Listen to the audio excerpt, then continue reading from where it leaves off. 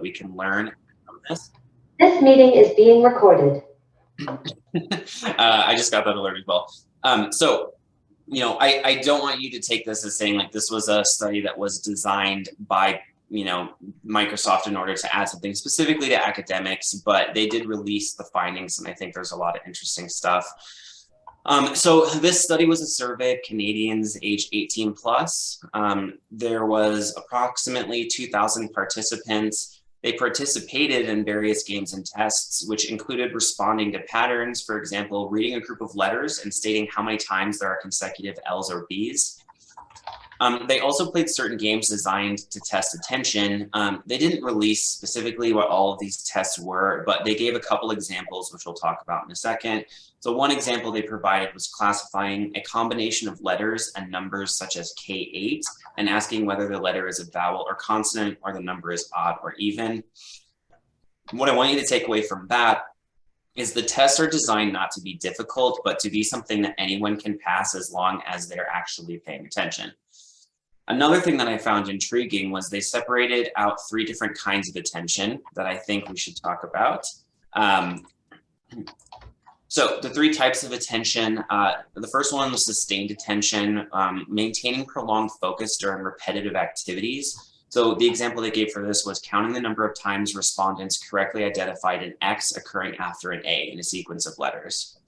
The second kind of attention was called selective attention, or maintaining response in the face of distracting or competing stimuli. This is one that we all have to deal with in the modern age, specifically, like in large part because of phones.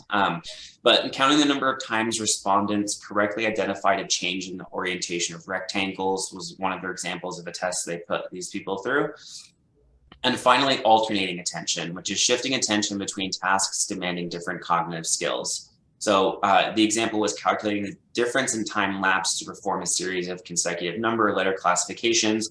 And what they meant by that was like the K8 thing earlier, like here's a letter and a number, and how long does it take you to shift back between saying vowel, consonant, odd, even. So let's jump into some of the findings they had. So right here, the title of this is straight from their summary, which was addictive technology behaviors are evident, particularly for young Canadians. What I want you to look at here is this is separated by age group, so 18 to 24 and 65 plus. Here's 6 questions that they asked. So this percentage is the people who agreed on a survey to this. When nothing is occupying my attention, the first thing I do is reach for my phone. So 77% of people 18 to 24 agreed with that, compared to only 10% of people 65 plus. I check my phone at least every 30 minutes, about half of people 18 to 24, compared to only 6% of 65 plus. The last thing I do before I go to bed is check my phone, about 3/4, compared to only about 1/5 for 65 plus. I often use other devices while watching TV. I watch more TV programs through catch up and stream TV than live. I often watch a number of episodes of a show back to back. Once again, some of these were designed because they're trying to sell products and they wanted to understand like how people are spending their time, not necessarily for academics, but I find some of this definitely interesting, such as the top one, when nothing is occupying my attention, the first thing I do is reach for my phone. Now, what effect does this actually have on people's attention?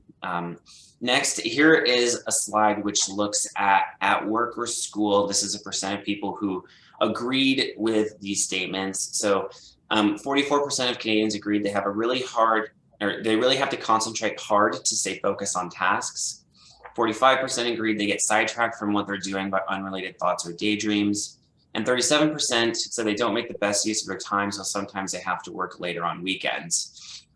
And they split this up based on demographics. And so they had established a demographic profile of each person based on survey results and then measured their attention in a variety of tasks.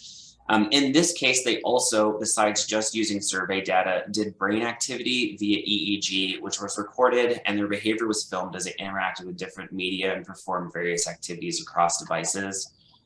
So their attention was measured by EEG by mapping tasks and behaviors based on screen, task, and content. And you can see there's 5 different demographic profiles of people or associations or links, whatever you prefer to call it, between these inattention symptoms and the people involved in the study. But another thing I would like to draw your attention to is that all 5 of these are actually the same. They're just in different orders. So the top is the highest percentage, and then it's decreasing percentage as you go down. But you'll see early tech adopters, heavy social media users, 18 to 24-year-olds, heavy multi-screeners, and high volume media consumers. The early adoption of technology does carry multiple definitions sometimes. One of the definitions, and I'm not sure if this is the one they were using, is the use of first technology before the age of 10. Another way that this is used in the technology world in terms of evaluating the demographic profile of their potential customers is people who are very eager to get the newest technology. So like when the new iPhone comes out, they get it right away. They didn't say specifically which of those two definitions they were using. However, even if you ignore the early tech adopters altogether and just look at the other ones, heavy social media users, 18 to 24, heavy multi-screeners, and high volume media consumers, I do find it interesting that those are the things that were the most highly correlated with their inattention questions. I did want to touch just very briefly on like what social media actually is. This is a picture from Wikipedia, the social media page of Wikipedia. Their definition is interactive media technologies that facilitate the creation and sharing of information, ideas, interested in other forms of expression through virtual communities and networks. And then this is just the social networking services with the most users as of January 22. So the number of users, that's in the millions. So it's like, 2.9 billion, I guess. YouTube, WhatsApp, Instagram, WeChat, which I guess is very popular in China, TikTok, Facebook Messenger, and Douyin. This is apps used by US tweens, so age 9 to 12, YouTube, Minecraft, Roblox, Google Classroom, etc. I just thought it would be kind of interesting to look so you know what kids are using these days. This is the same thing, but for kids who are a little bit older, 13 to 18. And the 2020 is 13 to 18, the 2017 is 10 to 18. So they kind of changed the age range a little bit. But you'll see that it's pretty much the same stuff: YouTube, Instagram, Snapchat, TikTok, Facebook, Twitter, and Reddit. So back to the study. The title of this: long-term focus erodes with increased digital consumption, social media usage, and tech savviness, was basically the most important conclusion that Microsoft Canada drew from this study in the way that they plan on using this information to help sell people things.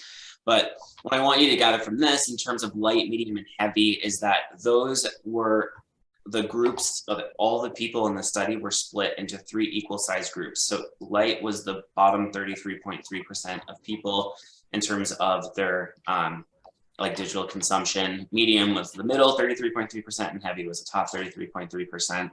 And then the actual percentage that you see on this slide is the percent of high sustained attention by behavior.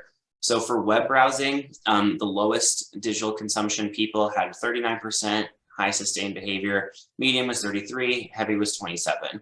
So the more digital consumption that these people had, the lower the lower percentage of high sustained attention they were able to achieve. And multi-screening while online showed the exact same pattern, 36, 33, 27. Social media usage showed the exact same pattern, 36, 29, 23. And for tech adoption, this showed the exact same pattern, except they separated this late, medium, early rather than low, medium, high. But same thing, split the groups into 3 equal sized groups, 35, 31, 25. So the more digital consumption, the worse percent high sustained attention. This is another interesting slide, which is basically overall performance across attention, connection, and encoding. Encoding essentially just means the ability to remember something. In this case, connection was like the emotional response to something. And then attention was kind of the thing that I wanted to focus on with this. And again, this is each represented 33% of the sample. So the yellow is low, the low is 33.3%. The purple is medium, the medium 33.3%. And the blue is high social media usage. So the high is 33.3%. And, there was kind of an interesting association where medium social media usage people actually perform better on some of these tasks. And then I attribute that to the fact that most of the tests that they performed were probably done on computers, and there may be like a tech savviness deficit for the people who don't use computers at all. But then with high social media usage, that drops dramatically into the negative, as you can see here across all 3 domains. And so, this was on people aged 18 plus in Canada and not really an academic study. And so what we can learn from this is mostly correlational. And if you are not yet convinced that people are using more technology, I do have some more interesting facts to spread about this, but specifically about children, which I think is kind of a very interesting area of topic for this, because one of the theories behind how social media and other technologies cause ADHD symptoms is that while the brain is developing, it's being trained and rewarded in a very specific way that lends itself to not having high sustained attention on things. So let's talk about kids. 95% of teens have a smartphone or have access to one. This is in the US, by the way. This is up from 73% in 2014, 2015. And 45% of teens reported being online, quote, on a near constant basis. And this was nearly double what was reported in 2014, 2015, where only 24% responded being online on a near constant basis. What about ADHD diagnosis in children? So let's talk about that. The CDC data in the upper right, the estimated number of children 3 to 17 ever diagnosed with ADHD, according to a national survey of parents, is about 6 million or 9.8%. This includes, 3 to 5, about 2%, 6 to 11, about 10%, 12 to 17, about 13%. And again, this is ever diagnosed with ADHD, so not necessarily like the kids who have ADHD in the exact moment, but at any point in their life had been diagnosed.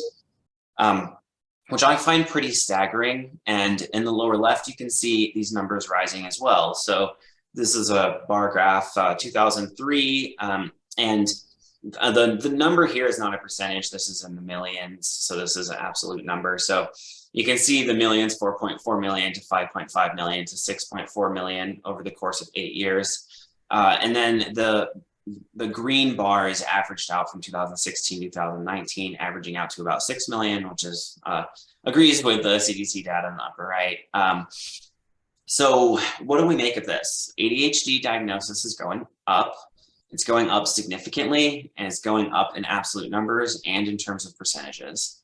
And here's another slide kind of talking about this. So ADHD diagnosis throughout the years. So for those of you who are unaware, the blue line is the NSCH, which is the National Survey of Children's Health, which is funded by the Health Resources and Services Administration and the Maternal and Child Health Bureau. They collect data on a variety of health issues for children every year. The other lines are the NHIS, which is the National Health Interview Survey, and that's a branch of the CDC that collects data on non-institutionalized populations. As you can see, on the graph in the upper right, the number was about 6%. So that's a percentage of children with a parent-reported ADHD diagnosis. So about 6% in 1997 to around 1999. And then by the end of the graph, you can see that it's hovering much closer to 10%. Some of them were estimating 11%. So 6% to 11% is nearly double, and that's a percentage. So the rise in population of children does not account for that. And I was curious after seeing these numbers, how did that compare to the numbers around the rest of the world? So the mean worldwide prevalence of ADHD in children is only about 2.8%. So less than half of what it was in 1997, which has since doubled. And ADHD persists into adulthood in about 50 to 66% of individuals. And so the reason I wanted to mention that is, this rise in children with ADHD is going to cause a rise in adults with ADHD. And so even if you never treat children in any capacity, you will very likely see rising levels of adults who do have ADHD. I'm going to check the chat really quick. Okay. All right. So let's talk about an actual study now, which was titled "The Treated Prevalence of ADHD Increased from 2009 to 2015 Among School-Aged Children and Adolescents in the U.S." By Narco et al. In 2017. So this is a table from that study, but just to describe the study a little bit, they utilized 2 large longitudinal data sets containing medical and drug claims on individuals with ESI, which is employee state insurance, and Medicaid insurance. So this does not include private insurance, so the true numbers are likely much higher than this. But I want you to focus more specifically on the increase in percentage over time, not the absolute numbers. So the treated prevalence was measured as a percentage of school-aged children and adolescents who met criteria for medically managed ADHD in a calendar year. And to continue down the definition rabbit hole, medically managed in this case means 2 or more outpatient claims with an ICD-9 or 10 diagnosis of ADHD 7 or more days apart, or 1 outpatient claim with an ADHD code and 2 or more prescription drug claims separated by at least 14 days. And their inclusion criteria was just all kids aged 6 to 17 between January 1st, 2009 and December 31st, 2015. So with that out of the way, essentially what they did was they looked at people who had employee state insurance or Medicaid and how many of those kids were being treated and diagnosed with ADHD. So in the year 2009 for the ESI claims, it was about 4.5% and then 4.8%, 5.2%, 5.5%, 5.8%, 6.3%, and 6.7%. The Medicaid claims went from 11.8% up to 12.6%. So that was a much less drastic rise, but still a rise. And you can see it peaked in like 2012 and then started going down. The explanation for this that they provided in the study had something to do with the way that Medicaid claims were being processed or something. And that they didn't think this indicated the number of people with ADHD went down, but just those people were being diverted to other resources for some reason. But the numbers did go up pretty significantly in the ESI people. And once again, this does not include private insurance, which is a little bit harder to track due to confidentiality reasons. But I do imagine that a pretty significant percentage of children who do have ADHD are being treated on private insurance. And so I imagine this number is quite a bit higher, actually. So the question I asked myself after looking through some of this data was, could social media and or smartphones be causing the symptoms of inattention? So the focus of this discussion is going to be on inattention, and there's many other researchers who are looking into social media's effects on mood, anxiety, maybe personality disorders such as narcissism, etc. I'm not going to go into any of that. I want to keep this kind of focused on one topic, inattention, and whether these, if there is a way that we can determine that social media use or smartphones could be causing this rather than just being correlated with it. And the reason that that's an important distinction is because if you have ADHD already, I imagine that the way that phones are designed would be much more appealing of a way to interact with the world, because the phones are designed specifically to have like a short little thing, and then you scroll to the next thing, scroll to the next thing, or like TikTok videos, like, I don't know what, like 6 to 30 seconds or something. And so if you have ADHD, consuming content in this way, I imagine would be very appealing and very rewarding, and already kind of appeals to the way that your brain is already functioning. And so is there more than just correlation? And so the question that I asked myself after this was, what if people with ADHD are more attracted to social media? And the next 2 studies that I'll talk about begin to try to answer this question and have some interesting results. The first study I want to talk about is by Toma et al. In 2020, titled Media Use, Sleep Quality, and ADHD Symptoms in a Community Sample and a Sample of ADHD Patients aged 8 to 18 years. So in this study, they collected data from June 2014 to June 2016. They looked at about 357 children and adolescents from the general population and 61 children and adolescents with ADHD, all aged 8 to 18. Exclusion criteria, any neurological or psychiatric disorder other than ADHD. So they wanted to make sure that it was just kids with only ADHD diagnosed. And they also excluded any children who had pronounced developmental delay. They made sure all participants had an IQ score greater than 70 as assessed with the Culture Fair Intelligence Test version 20. They ended up with a matched sample of 122 kids, composed 61 patients with ADHD and 61 healthy controls. The data about the participants' screen-based media use habits were collected using an adapted version of the screen-based sedentary behavior questionnaire, which was used in the Helena study and has been found to have a good to excellent reliability rating. The ADHD behavior was measured using the German version of the Swan scale. For those of you who are unfamiliar with it, it has 18 items which correspond exactly to DSM-5 criteria, 1 to 9 for attention deficits, 10 to 18 for hyperactivity and impulsivity. And the Swan scale, the lower number is more ADHD symptoms. And so most of the kids were recruited from the Department of Child and Adolescent Psychiatry at the University Medical Center of Freiburg, so this is in Germany. And the other 13% were diagnosed from office-based child psychiatrists. And as mentioned, the diagnosis was based on criteria defined by ICD-10 and the SLOM scale. So the results. They did a multiple regression analysis to assess whether sleep habits and media usage would contribute to the prediction of ADHD symptoms in children and adolescents from the general population. And the reason that this was designed this way was the study actually was originally created because they wanted to look at sleep in children. And they had a hypothesis regarding media use before bed, ADHD, and sleep. And they ended up kind of accidentally stumbling on some interesting statistics that we're going to talk about. One of which was patients with ADHD spent significantly more time using screen-based media on school days than the reference group, but there were no significant differences in total media use on weekends or media use in the 2 hours before bedtime. But, and this is a direct quote from the study, patients with ADHD reported to spend more than 4.5 hours with screen-based media on school days and exceeded the screen time of healthy participants by almost 2 hours. And so again, this is another correlation, but they found that the people with ADHD were using almost 2 hours more of screen time per day than those without. And so their findings showed that screen-based media time, unfavorable sleep-wake behavior, and amount of sleep deviation are significantly related with composite ADHD-like behavior and attention problems, but there was no such relationship was found for symptoms of hyperactivity and impulsivity. So basically, the kids that had ADHD from screen-based media had inattention symptoms and inattention symptoms only, not hyperactivity, impulsivity symptoms. Okay. So can we move beyond correlation? I promised that I would try to do that for you. And I did find one study that I actually think does a decent job of attempting to address this issue. This study is fairly recent and it has a lot of things that I like, including the way that it was designed.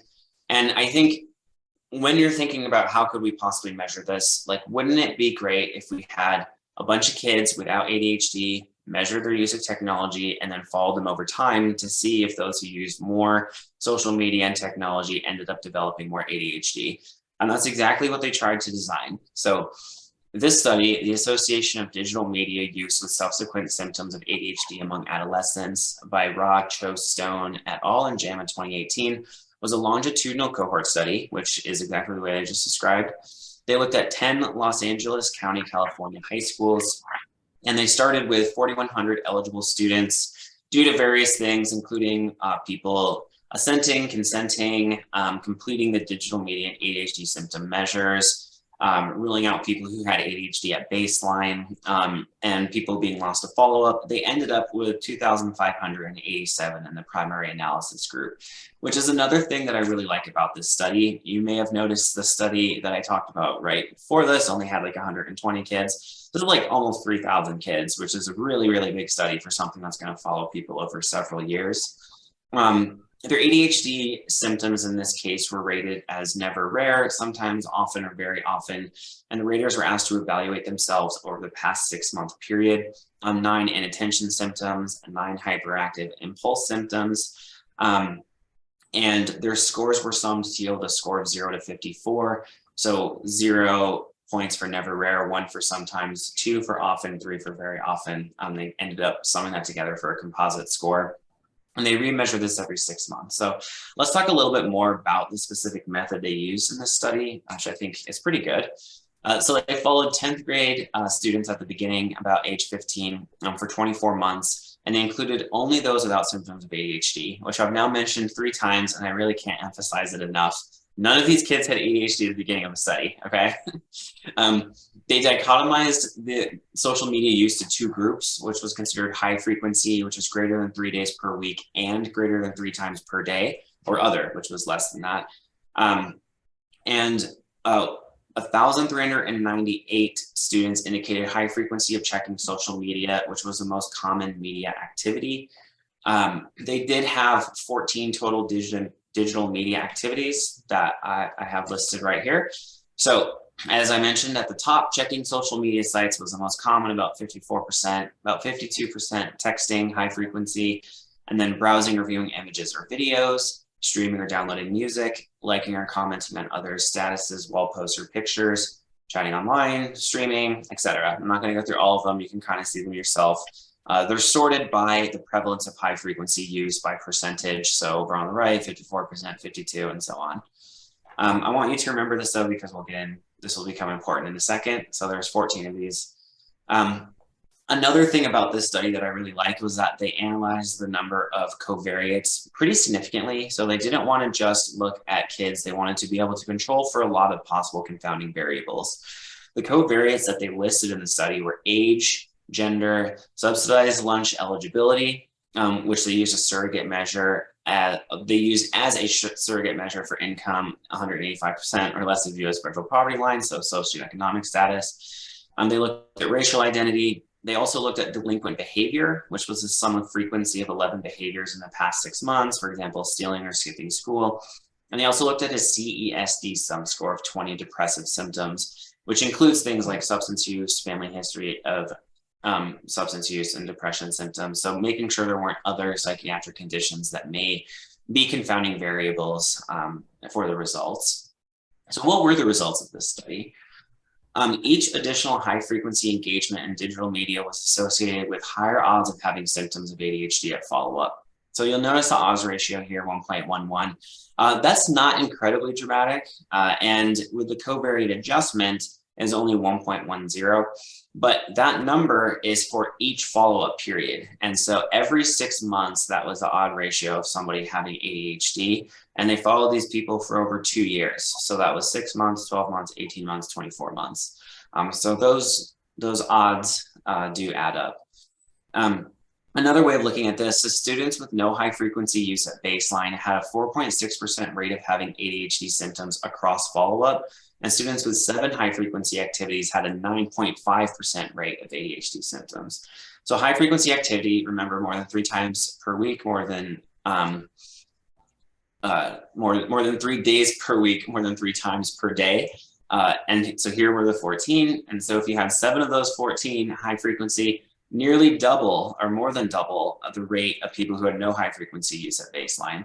And this increased even more, though it did plateau a little bit. By the time you got to all 14 high frequency activities, we had a 10.5% rate of ADHD symptoms at follow-up, which is pretty staggering. Having a 2.5 times increased rate of developing ADHD only over a 2-month or 2-year period between 10th grade and 12th grade, essentially, due to social media use with all of these other potential confounding variables controlled for is pretty notable, I think. So their conclusion was high frequency use of digital media was associated with an increased incidence of ADHD symptom occurrence over a 24-month period of mid-adolescence. So after looking at this study and some of the other correlations, I do think that the evidence is starting to be a little compelling for this. The evidence in the studies looking at this are all very preliminary, so this is hardly a settled debate, and there's many people looking into this in many different ways. But my question was, what can we do about this? I myself have children and they use digital media. And so I wanted to have some answers about what we can do. And one of the things, and the reason I asked those questions at the very beginning is I think one of the most important things that we can do is actually ask our patients about this. So excessive social media use is an important factor in mental health for many patients, but we won't know if there's a problem unless we ask about it. And I'm not trying to throw stones here or anything. I know that we all have really busy intake visits and really busy appointments. We don't have time to ask about everything. I understand that. I don't ask every single patient I see about their social media use, but I am starting to ask every single person who is reporting symptoms of inattention about their social media use. And I'll encourage you to do the same. In terms of some more specific recommendations, the American Academy of Pediatrics has some really specific recommendations, and they worked in collaboration with the AAP on these guidelines, or the APA worked with the AAP on these guidelines. So The American Psychiatric Association and the American Academy of Pediatrics have exactly the same recommendations. There's literally no difference whatsoever. They came up with them together, released them together. So these are the recommendations. For children younger than 18 months, discourage use of screen media altogether. For children aged 2 to 5, limit digital media use to no more than 1 hour per day. And for grade schools and teens, they did not give a specific number of hours or number of minutes or whatever that you're supposed to limit them to, but rather wanted to emphasize quality sleep, regular exercise, family meals, and unplugged downtime. The reason for this is in school, you are expected to do lots of assignments and reading and homework, et cetera, on screen-based media. And it's kind of inevitable that this is going to happen. And so rather than trying to limit the total amount of time in all these different areas, just being really mindful as parents or as educators of parents that they should be doing unscreened activities often, exercising, having family meals without screens, and of course, getting quality sleep. So no screens before bed. And no screens during meals or 1 hour prior to bedtime is another actual formal recommendation from the AAP and the APA. So I recommend doing that as well. And then they said develop a media plan, and I didn't know what exactly that meant. And so I went to their website, and this is a picture from the website here. You can see I started to fill it out for myself because I just wanted to see what it was like. It's incredibly long. You can see at the top, I've done 4 and I'm on to 5 media balance, and there's still another like 8 things to fill out, and each one of these is quite long as well. But it is actually really great at helping you come up with a really specific plan of action in order to manage the social media or amount of technology that kids are using. And so, you know, you can see here like some of the things like planning a screen-free activity to do together as a family every day, tracking online activities and talking about which activities may be taking up too much time, participating in other activities available in the community, etc. And so I would encourage you, if you are kind of lost and not really sure what to do about this, but you want to make a change with your digital media use, this is actually a pretty good way of doing that to help kind of like solidify and put things in like a really specific, easy to use plan. And so what if you have a patient who is using excessive amounts of social media, let's say 6 or more hours per day, and you ask them to cut down because they feel they have ADHD, and you say, well, maybe it's your use of digital media. Could you try to cut down, and then we'll reassess? In the same way that we might ask a patient who's using cannabis every day whether they would cut down on their cannabis use and come back in, and we'll reassess their inattention symptoms. And what if your patient says they can't or they won't? So in terms of the can't portion of that, this is not a diagnosis that exists yet in the ICD-10 or the DSM, but I do think that a diagnosis similar to this is around the corner. Problematic interactive media use, or PIMU. This is also called internet addiction by many people, researchers, lots of studies, things like that. And it shares a couple really key elements with other kind of compulsive disorders or addictive disorders, which is the uncontrolled use, right? So the inability to control your use is a really critical aspect of it. The uncontrolled use of interactive screen media that results in negative consequences affecting an individual's function. So that's shared across pretty much every psychiatric diagnosis. There have to be some kind of negative consequences in the individual's functioning, and it presents with negative reactions when forced to restrict use. And so this is a diagnosis that I do think will be added at some point to the DSM, maybe the next one, or something similar to this. And what can we actually do about this diagnosis? There's a researcher named Dr. Kimberly Young who's developed something called CBT-IA, which stands for internet addiction, which involves behavioral modification, cognitive restructuring, and harm reduction therapy. I actually have the study for that right here. If anyone's interested, I'll send it to you and you can read through it. But in a 2013 trial of CBT-IA, 95% of participants who received 12 weeks of therapy could effectively manage their internet use immediately after, and then 78% continued to regulate their internet use for at least 6 months, which is really good numbers. I think, you know, if we had a 12-week course of therapy that could have 95% of participants not have symptoms of whatever disorder we were treating, I think that's incredibly successful. And so there's lots of elements from that that you can incorporate into somebody's life without specifically referring them to Dr. Kimberly Young. And so if you're interested, let me know and I'll send that to you. But to kind of summarize that, I think we need to ask our patients about their digital media. We can refer them for digital media plan on that website online. And I do think that there's lots of different things on the pipeline coming in terms of different forms of CBT or other forms of therapy and other behavioral modification techniques we can use if people can't cut down on their own. Ideally, many of these patients may not even realize this is a problem. And so when you mention to them, like maybe your attention or from your social media use, a lot of them actually cut down or like, you know, get rid of the apps, set alarms or whatever for their own screen time. I think someone's not muted because I'm getting a lot of feedback around my voice, but thank you for sustaining your attention on this presentation today. Really appreciate it. Here are my references, and I'm going to stop sharing and take questions. So does anyone have any questions about this?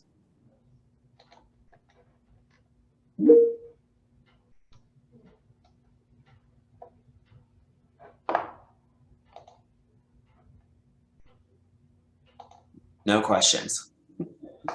Oh, I see Jordan back there. Hey, it's great. I think there's, I think it's super interesting. This is maybe more of like in the weeds, but you mentioned that study about the like longitudinal cohort of adolescents and how there was like a increase in ADHD symptoms. And I guess I had two questions. One is you said that the odds ratio was just monthly. So it was like a monthly interval odds ratio. And was there like a cumulative at the end of like a 24-month?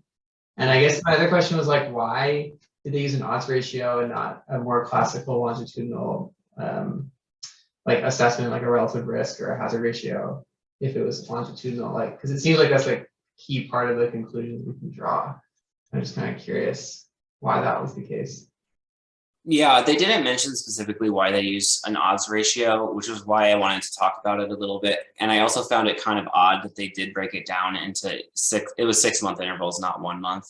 But they did a follow-up every 6 months. And so at each follow-up, that was like the increased chance overall that that particular person would have developed symptoms that meet criteria for ADHD. I don't know why they use odds ratio specifically. And I also don't know why they didn't give a cumulative score. I guess you could like multiply all those numbers together. But I looked at the actual numbers myself, and like one of the percentages that it talked about was the like, let me see if I can pull it up here. Maybe I should share my screen again, but okay, where it said, let's see, from current slide, and then share. So the no high frequency use at baseline, this was a 4.6% rate of having ADHD symptoms, and this is a cross follow-up. So this is at the very end. So 4.6% of the 10th graders that had no symptoms of ADHD and no high frequency use, 4.6% by the end of the 24 months had developed ADHD or symptoms consistent with the ADHD diagnosis. And 7 high frequency activities increased that rate to 9.5%. So that was the cumulative rate. Like at the end, after 24 months, how many people had developed ADHD or symptoms consistent with ADHD? And then with 14 high frequency activities, that was a 10.5% rate. So that's probably the closest to what you're asking about, like in terms of like an actual overall, like rate of them developing the symptoms. And so, without focusing too heavily on the specific numbers, it was essentially double risk if you had like half of the digital media activities at high frequency. And then it plateaued a little bit after that, but still continued to go up all the way to 14. There may be somebody in the, two couple things, but somebody in the chat asked if screen time includes television time. Yeah, let's share again. So there were 14 digital media activities that they looked at. So here they are. So these are the digital media activities. So streaming television or movies, and then playing games with friends or family on a console, computer, or smartphone, sharing others' photographs, images, videos, status updates, blogs, articles, or news, posting own photographs, online shopping or browsing, or video chatting. But streaming or downloading music was the fourth highest prevalence media activity. And browsing or viewing images or videos online was number 3. Based on some of the other data that we have, my guess is that was mostly YouTube. Here we go. YouTube, 86% of kids aged 13 to 18 use YouTube. And so I think that, yes, it does involve watching videos, and yes, it does involve watching television, and it doesn't really matter if it's on YouTube or if it's on regular television. They ended up having, they did not break down, unfortunately, the risk or relative risk or hazard or odds ratio of any of these specifically, which was kind of a bummer. They would just say, like, if you had 1 or if you had 2 or if you had 3. I would have loved to have seen, like, specifically checking social media sites compared to, say, video chatting or something like that. But the more of these activities you had, the higher your risk was. That part was clear. Okay. Part 2, this is anecdotal, but I'm wondering, there is seems to be a correlation between number of referrals, I understand, coming in both at the VA, at Boise State. Number of referrals around ADHD has skyrocketed, that stimulants are now in very short supply. Childhood obesity seems to be taking off. Is this all connected somehow, do you think? Well, so there was a couple of things that caused me to want to research this topic for my grand rounds. One of which was personal. So I found, like, I really like watching movies. And so I found that while I was watching movies, if the movie was slow for like even a few minutes, I would like start to reach my phone. And so I just noticed that I was doing that to the point where sometimes now I like turn my phone off or put it in a different room when I'm watching movies. And so that was one thing that was happening, is I felt like I was feeling the effects of it myself. And then number 2 is one of my continuity clinics is at Boise State, and at Boise State, there is a very large number of people who are being evaluated for ADHD. And even at the VA, my continuity clinic here, I see a fairly high number of people with adult ADHD, either diagnosed or coming in for an evaluation. And so I think we're still at the infancy of this research. And I would not say that one study, which I do think has a lot of strengths, but also some weaknesses, I don't think that is a definitive answer to the question of like, is social media or phones or, digital media consumption is kind of a more broad term. Is that causing this? Is it something else that's causing this? But I will say that with the rise of social media, phones, technology, there has also come a correlated rise of ADHD diagnosis and treatment, and that is not seen everywhere in the world. And there's at least one study that indicates that the more high frequency digital media consumption you have, the higher your risk is for ADHD. So I do think that there is some kind of causal link rather than just a correlation between digital media use and developing symptoms of ADHD. That's my personal opinion. And I think as the research continues to come out, I think we'll find that to be the case. Why that is kind of interesting. So you get like a little bit of dopamine reward when you're kind of scrolling. Like the technology companies, they all know this. This is like how it works. The whole concept behind social media and why it's so popular is they design it to be addictive, because the longer you're on it, the more engagement you have, the more advertisements you see, the more money they make. In case any of you wanted the curtain pulled back on social media, that's exactly how it works. It's free, but what you're paying for is your attention to watch advertisements. And they hide advertisements in different ways, like having people that you're following on Instagram, for example, post something and pretend like it's their personal opinion. Really, it's an advertisement. And so the way that they're designed is specifically to get you kind of addicted to it. And there have been various internal memos from technology companies that have been leaked, that's coming up in the government a little bit right now about this, and about how they're kind of intentionally addicting people to these, and like what effects that might have. And so one of the ways that this is explained in some of the studies, or some of the other resources I didn't present on, but that I read, was that as your brain is developing as a child, and your attention is on both, say, a movie and your phone. So you're watching the movie, you're also reading something on your phone or scrolling. You're training your brain to not have attention on one thing. And you're specifically training it to have attention on two things. Or if you're just scrolling through TikTok, you're training your brain to need that dopamine reward to sustain attention over time. And you need it to be in short interval bursts, kind of the same way that like many other addictive things work. And that without that very specific, consistent dopamine reward, your brain has a hard time keeping track and focusing on things. And so it's kind of how we think ADHD works already, and it's sort of mimicking that specifically. So I do think that as the more research comes out on this, I think that there's gonna be a lot more evidence piling up that this is a problem. I also have some concern about collateral social damage, just in terms of how this affects interpersonal relationships, that there's almost this expectation that we should never feel bored, or have a few minutes to tune into our internal selves, or to be creative about how we entertain ourselves or engage with others. I just wonder how that's going to affect the whole field of therapy in the next 25 years. Not that I'll be around for it, but.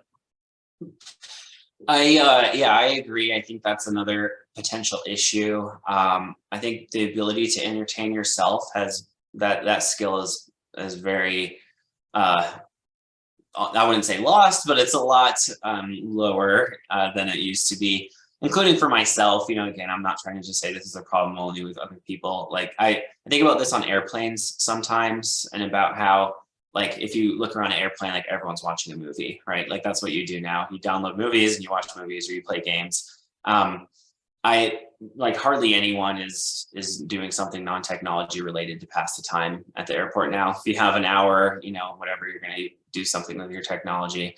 So I think there's something to that. Yeah. And was there another question with one of the residents? Well, I just wanted to, just kind of struck me, like, before iPhones, like when I was growing up or whatever, people, you know, all the rage, and I kind of forgotten about all of this, but all the rage was like, oh, television, you know, and people would talk about what television does to babies' brains and stuff like that. And I kind of had forgotten about all of that, but it's kind of interesting. And you'd think that we would have had a lot of research about what that did as far as rates of attention disorders and stuff like that. And then to see how it's progressed, where just watching television is boring for a lot of people now, right? Because we have trained the brain to go to that certain level of attention. Yeah, and I actually do think that, there's been lots of these kind of concerns about many different developments in technology, like you mentioned, television. I'm sure someone had these exact same concerns when radio was invented, and now the internet and so on. And it's going to continue to be a thing. There will be some kind of evolution to this in the future. But I think one of the really important distinctions about the way that social media is designed is how short you're consuming the content, right? Like reading an article in the newspaper for 20 minutes is very different than reading a 5-second headline on Reddit.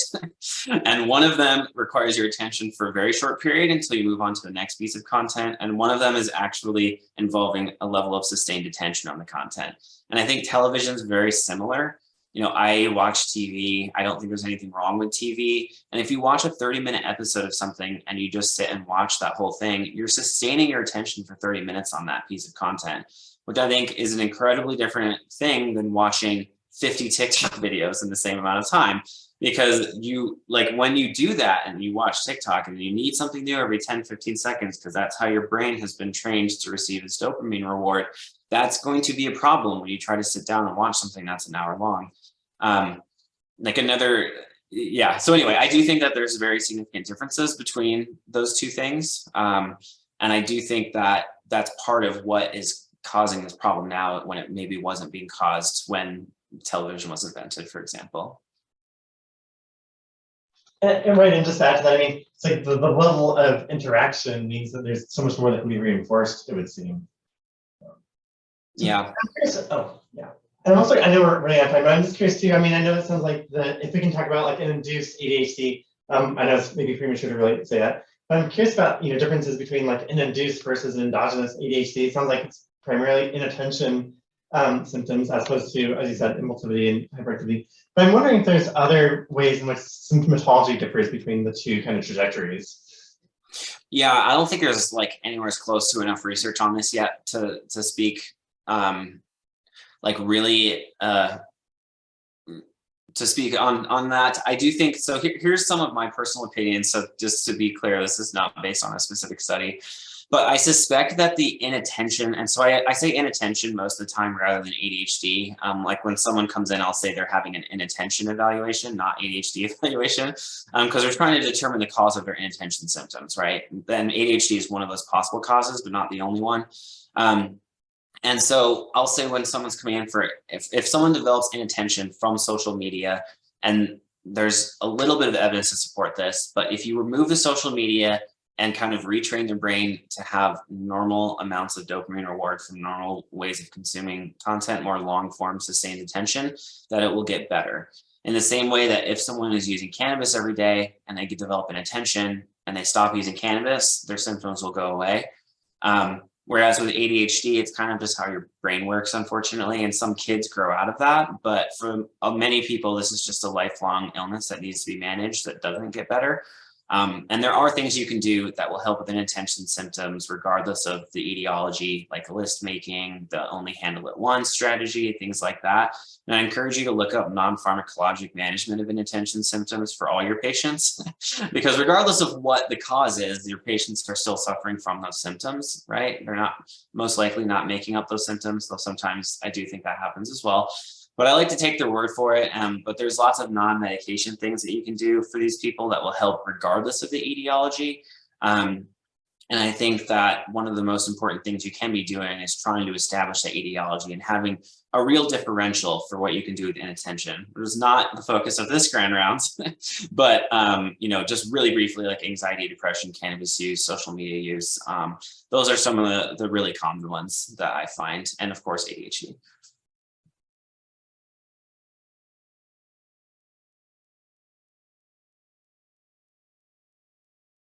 Well, it's 1 o'clock, so we should probably end. I'm happy to talk with any of you about this offline if you would like.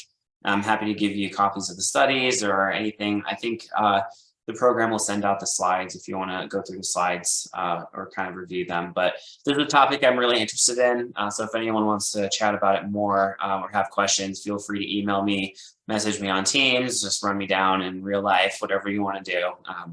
I'll talk about this for days, so just let me know.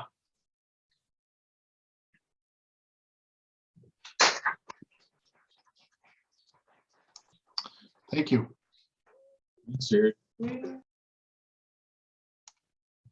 Thank you.